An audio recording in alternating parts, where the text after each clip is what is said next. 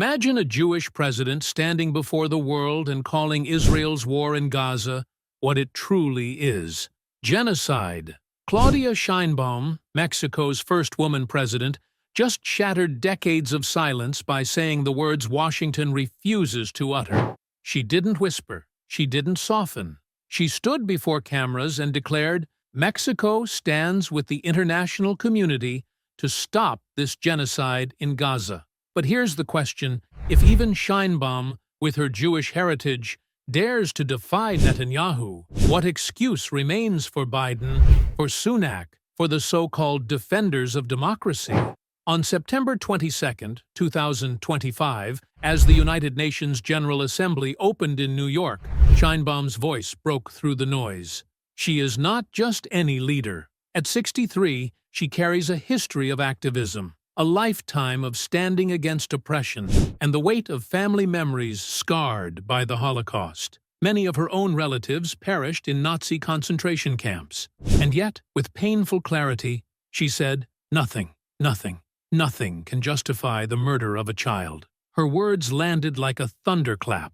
For decades, Israel and its allies have tried to shield the world from using the word genocide. They insisted this was war, security, self-defense. But Sheinbaum refused the narrative. She called it what scholars, investigators, and millions of ordinary people already know: deliberate extermination. And the numbers are unbearable. Since October 2023, nearly 65,000 Palestinians have been killed. More than 500,000 face famine, their bodies wasting away, while Israeli warplanes pound what little remains of Gaza's hospitals, homes, and schools. 90% of housing in the Strip is damaged or destroyed. Families dig through rubble to find bread. Children sleep beside corpses. This isn't conflict. It's engineered annihilation. Sheinbaum's declaration did more than condemn. It exposed. It put Mexico at odds with the United States, its most powerful trade partner and neighbor. Washington continues to pour billions of dollars of weapons into Israel's arsenal, even as international courts, genocide scholars, and UN commissions all declare the same truth: Israel is committing genocide. The United States, by funding it, is complicit. So here's the twist. Mexico, a country economically bound to Washington, dared to defy it. If Mexico can stand up, what excuse do richer, freer, louder nations have for staying silent? And let's not forget, Sheinbaum isn't the first global leader to act. France, Britain, Canada, and Australia have all recognized Palestine. Portugal joined. 11 more countries are preparing. 153 UN member states now recognize Palestine's right to exist. Netanyahu may shout that there will never be a Palestinian state, but the world is moving without him. Here's the burning question. When history writes its verdict, will America and its allies be remembered as the nations that armed genocide while the global South, Europe, and courageous leaders like Sheinbaum demanded justice? Sheinbaum's move isn't just moral, it's political dynamite. She's the first Jewish president of Mexico, a country overwhelmingly Catholic. Her heritage could have made her cautious, reluctant to speak.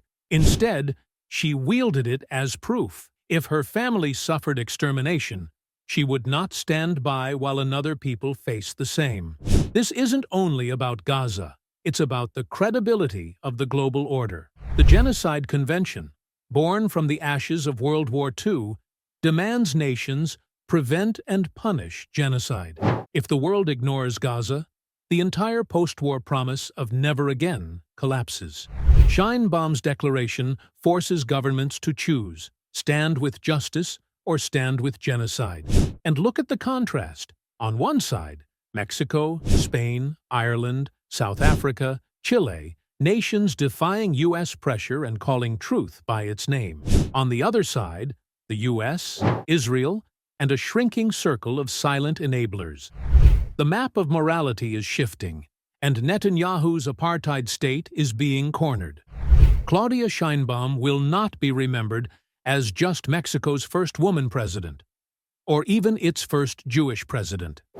She will be remembered as the leader who dared to call genocide by its name while the so-called defenders of freedom looked away. Her words echo far beyond Mexico.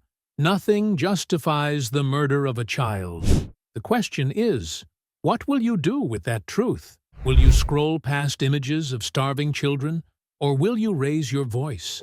Will you share, protest, demand, refuse, silence? Because history is watching, and silence is never neutral, it is complicity.